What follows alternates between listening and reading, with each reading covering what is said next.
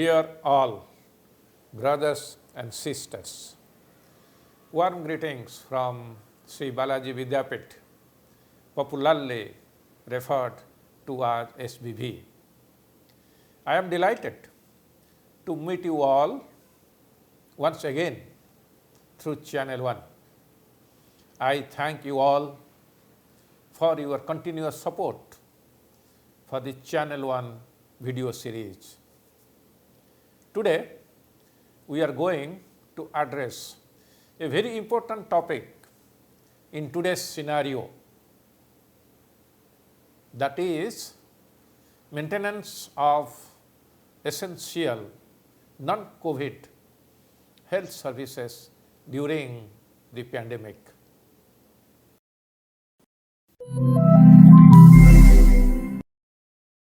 The healthcare system globally are being confronted with rapidly increasing demands for COVID-19 related services. When health systems are overwhelmed, both direct mortality from COVID-19 and the indirect mortality from other treatable conditions increase dramatically. This is evident from previous Ebola outbreak in Africa, during which deaths due to measles, malaria, HIV and tuberculosis due to health system failure exceeded the death due to Ebola.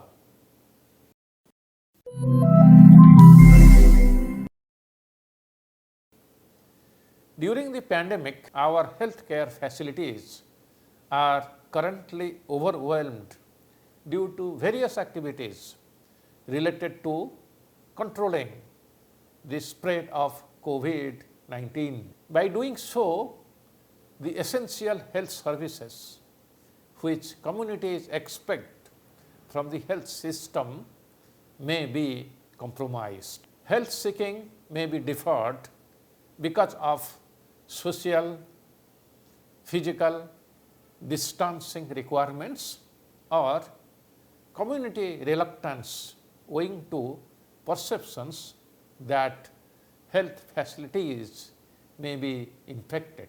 Resources and staff are being diverted to test and provide treatment for people with presumed or diagnosed COVID-19, and supplies are limited.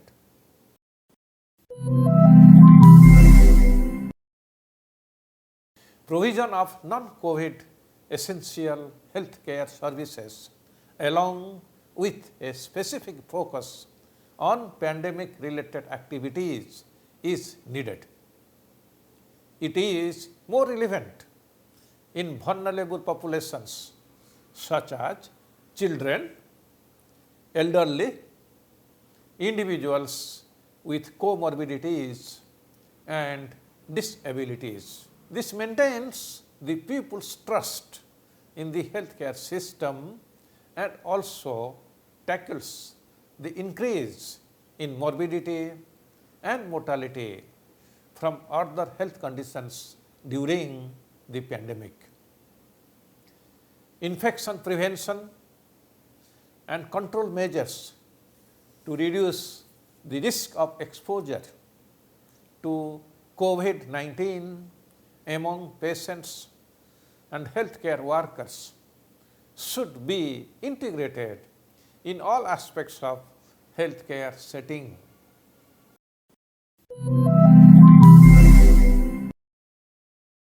I am Dr. Mohammad Hanifa, professor in the Department of General Medicine. The coronavirus outbreak has profoundly impacted the delivery of the essential healthcare and management practices worldwide. The number of patients who visit the emergency department, outpatient department, super specialty consultations, etc.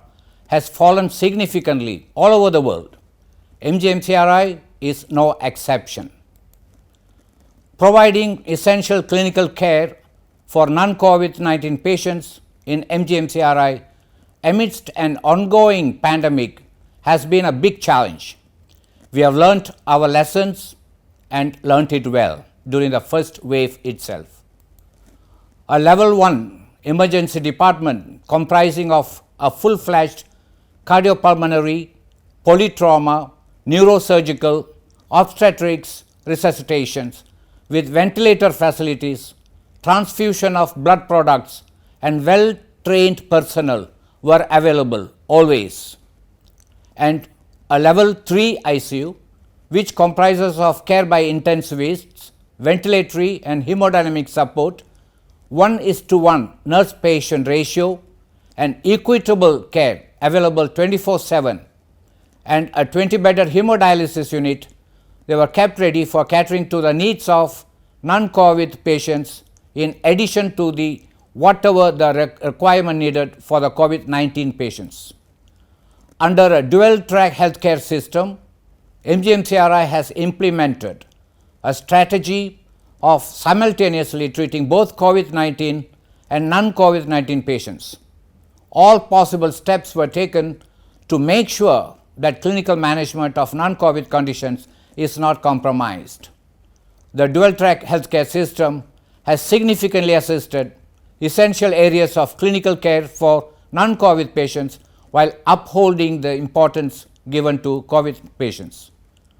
Operation of a buffer zone in the emergency department is another important element of the dual-track healthcare system to ensure safety and protection of both the patients as well as healthcare workers.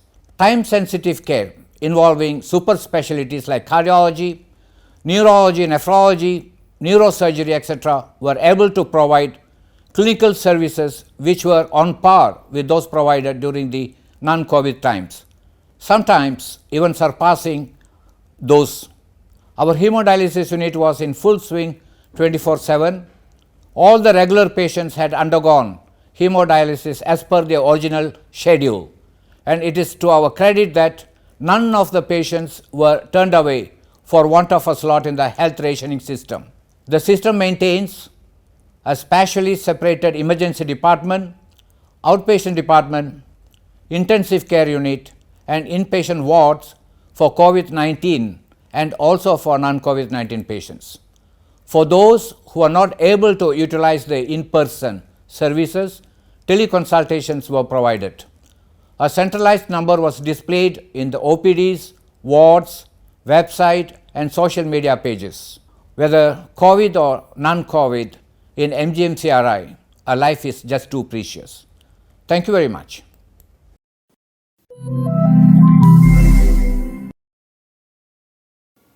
During the pandemic, a system's ability to maintain delivery of essential health services will depend on many factors such as its capacity, the burden of the disease and the most prominently on the COVID-19 transmission.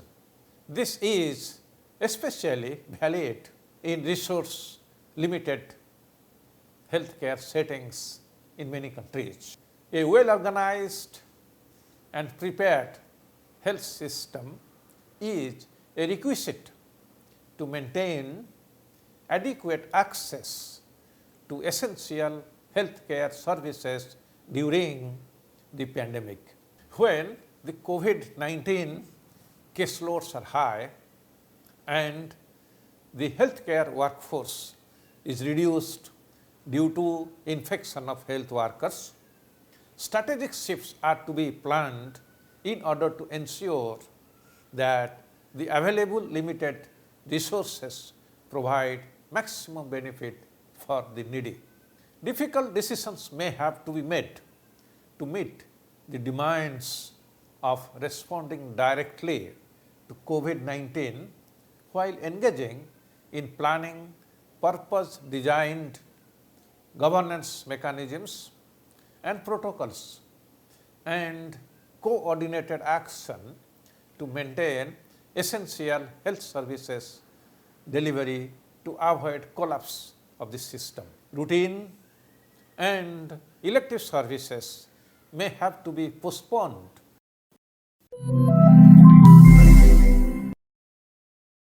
The COVID-19 pandemic has accelerated changes in healthcare systems at an unprecedented rate. Prominent of such changes is the application of digital technology to provide care, such as telehealth and telemedicine. Given the risk of transmission of COVID-19, the pandemic has seen an unprecedented expansion in telehealth. Synchronous telehealth, where healthcare providers and patients communicate in real time, is a good avenue for providing continued care during the pandemic. Telehealth has enabled physicians to provide consultations and monitor clinical signs remotely. Telehealth minimizes disruptions in patient care and at the same time reduces the risk of COVID-19 spread by limiting physical contact, which is particularly beneficial for vulnerable patient groups such as the elderly or those with comorbidities. Globally, the coronavirus pandemic has exacerbated shortfalls in the healthcare workforce. Telehealth plays a critical role in tackling such shortage of healthcare providers. Telehealth enables hospitals to optimize their capacities. For instance, by using remote patient monitoring, one physician can monitor multiple patients at a time across different sites. Less time is spent moving physically between patients, and thus a physician can increase the number of people who can be treated at one point of time.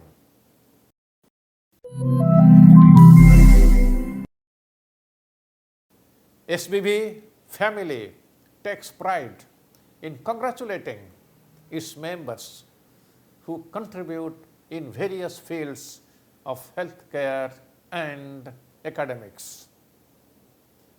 I am delighted to share with you that Dr. M. Ravi Shankar, Professor and Director E-Learning of SBB, has been awarded the prestigious Garg Professional Excellence Award 2020 at the Ganga Anesthesia Refresher Course 2020, organized by Department of Anesthesia, Ganga Hospital, Coimbatore. Recent times have seen a surge in interest for yoga globally.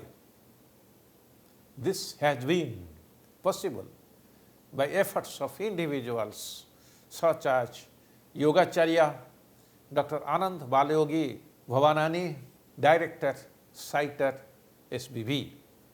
He was honored with Thirumular Award by Patanjali College of Yoga for his service to the cause of traditional yoga worldwide. I wish you the best of health. Do remember to continue practicing physical distancing, wearing masks, and personal hygiene. Stay safe. God bless you. Jai Hind.